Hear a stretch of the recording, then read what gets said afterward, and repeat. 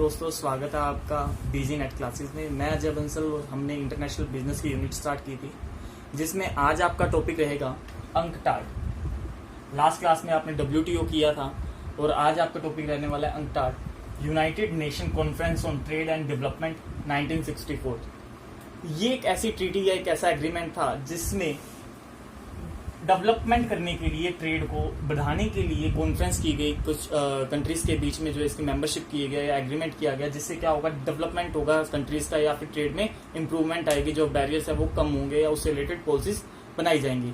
अभी अपनों ने लास्ट क्लास में किया WTO, उसका भी यही मेन एम था कि वर्ल्ड ट्रेड ऑर्गेनाइजेशन या फिर ट्रेड को कैसे बढ़ाया जाए। दोनों का मेन मोटिव सेम है कि ट्रेड को बढ़ाना, तो फिर दोनों में डिफरेंस क्या है, थोड़ा सा इसको समझते हैं। देखिए, मैंने आपको बताया कि ऑर्गेनाइजेशन दो तरह की हो सकती है, funding and non funding organisation.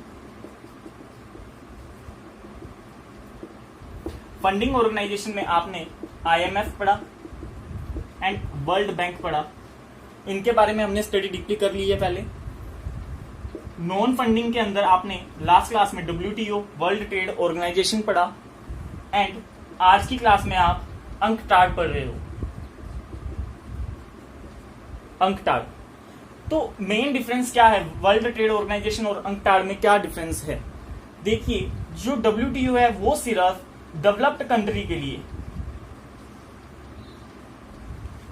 Developed country के लिए पॉलिसीज बनाती है या उनको ध्यान में रखते हुए उनके अकॉर्डिंग पॉलिसीज बनाती है। जो WTO है वो जितनी भी पॉलिसीज बनाएंगी, जो भी डिसीजंस लेंगी, वो जो डेवलप्ड कंट्री है उसको ध्यान में रखते हुए लेंगी।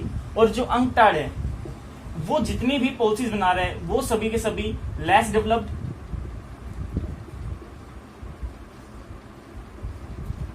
या फिर अंडर डेवलप्ड कंट्रीज के ध्यान में रखते हुए बनाई जाती है। इन दोनों का बस मेन डिफरेंस यही है। इसीलिए 1964 में अंकटाड को बनाया गया। और WTO को कब बनाया था? लास्ट क्लास में आपने पढ़ा 1995 में। और इससे पहले कौन सी संस्था थी? गेट।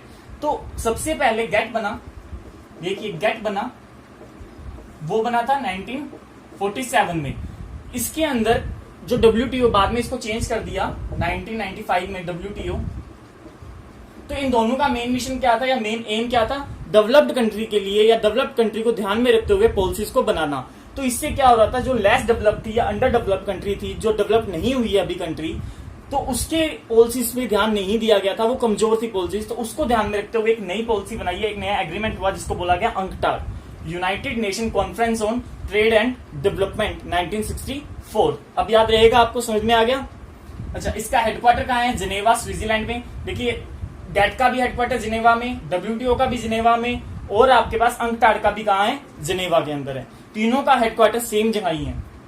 मेंबर्स 195 कंट्रीज हैं। इसका गोल क्या है? मैक्सिमाइज करना ट्रेड को, इन्वेस्टमेंट को, दोनों को, इन्वेस्टमेंट और ट्रेड को मैक्सिमाइज करना एंड डेवलपमेंट करना, अपॉर्चुनिटी फॉर डेवलपिंग कंट्रीज। ऐसी कंट्री जो डेवलपिंग है, अभी तक डेवलप नहीं हुई है, अंडर डेवलप्ड है या लेस डेवलप्ड है, उसके लिए अपॉर्चुनिटीज को बनाना या उसके अपॉर्चुनिटी को क्रिएट करना। मीटिंग्स होती है इसकी वंस इन 4 ईयर, हर 4 साल के अंदर एक बार इसकी क्या होगी? मीटिंग होगी। अचीवमेंट, देखिए बच्चों, इसकी जो मेन हेडिंग आती है वो अचीवमेंट की आती है। इसने बहुत सारी अचीवमेंट ली है, लेकिन सबसे महत्वपूर्ण या सबसे इंपॉर्टेंट अचीवमेंट है GPS, generalise system of preference. इसकी फॉर्मेशन हुआ था 1974 के अंदर और इसको अप्लाई कर दिया था 1976 से।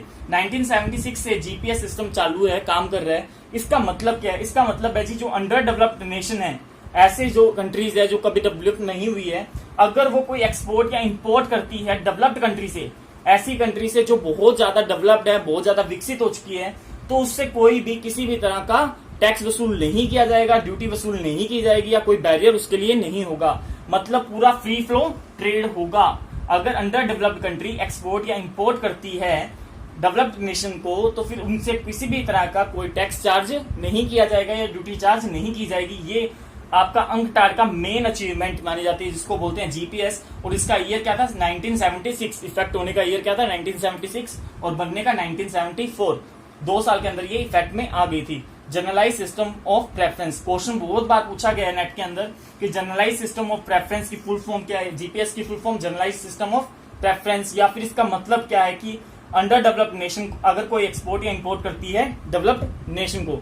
तो यही था आपका अंकटाड। इससे ज्यादा क्वेश्चंस नहीं कवर होते, सिर्फ डेट से रिलेटेड या इसके फुल फॉर्म से रिलेटेड कवर हो जाता है, ठीक है। या फिर आपसे पूछा जाता है कि गेट और WTO के बीच में क्या बना था, तो वो अंकटाड बना था। तो मतलब इस तरह के क्वेश्चन जो है वो मेनली पूछे जाते हैं। इसी के साथ आपका इंटरनेशनल बिजनेस का जितना भी आपका सिलेबस था वो कंप्लीट होता है। अब अपना रह गया इंटरनेशनल इन्वायरमेंट, जो फर्स्ट यूनिट में इसके साथ ही अटैच है, तो उसको हम करेंगे अपनी नेक्स्ट क्लास में। तब तक के लिए आप ये वीडियो जरूर देखें। अगर आपको कोई डाउट है तो कमेंट सेक्शन में जरूर पूछें, और थैंक यू।